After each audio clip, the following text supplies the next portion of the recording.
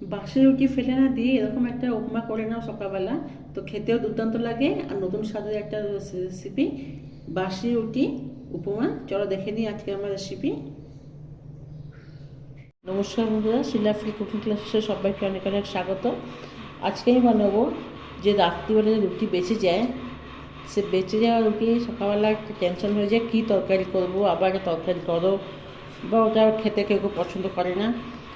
আমি আজকে ওই বাসি রুটি দিয়ে একটা উপমা তৈরি করে দেখাবো, যেটা কি বাচ্চা থেকে বড় সবার পছন্দ হবে, খেতেও ভালো লাগবে, তরকারি করার টেনশন নেই, আর বেশি কিছু জিনিসও দরকার নেই। ঘরে যেই সামগ্রী থাকে অল্প কিছু দিয়ে জিনিস দিয়ে আমি এটা তৈরি করে দেখাবো। তার জন্য আমি রুটি করে বাসি রুটি 3-4টে নিয়ে নিয়েছি এখানে, আর তাকে আমি এখন ছোটো ছোটো কেটে নিচ্ছি ছুরি দিয়ে।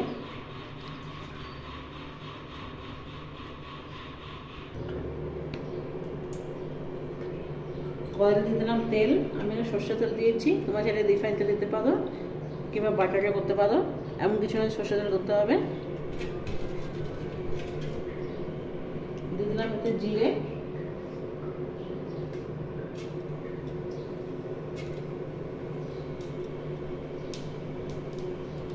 দেবো এর সাথে কাঁচা লঙ্কা,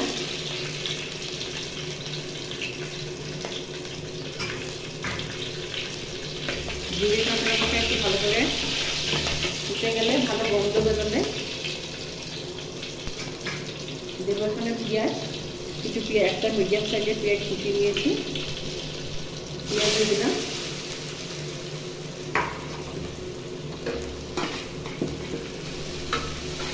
পেঁয়াজটা হালকা লাল করে নেব।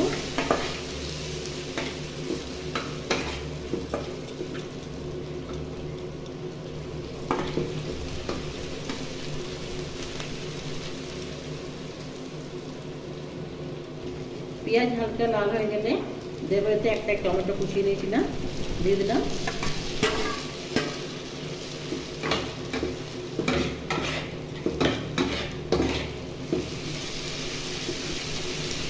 এরপর এতে আমি দেবো 1/2 চামচ হলুদ গুঁড়ো, সামান্য চিনি,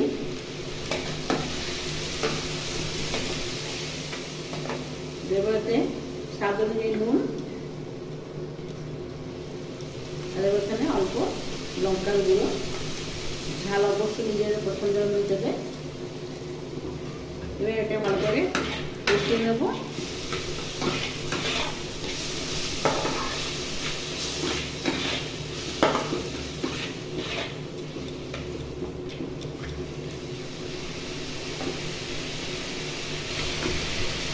টমেটো এখানে ভালো নরম হয়ে গেছে, মশলা এখানে কষা হয়ে গেছে।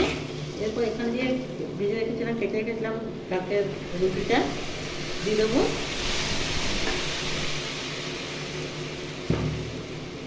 ভালো করে মশলার সঙ্গে মাখিয়ে নেবো।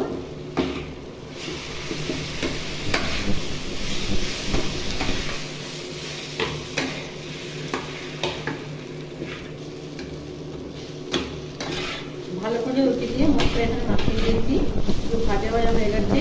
এবার শেষে ধনে পাতা কুচি দিয়ে দেবো।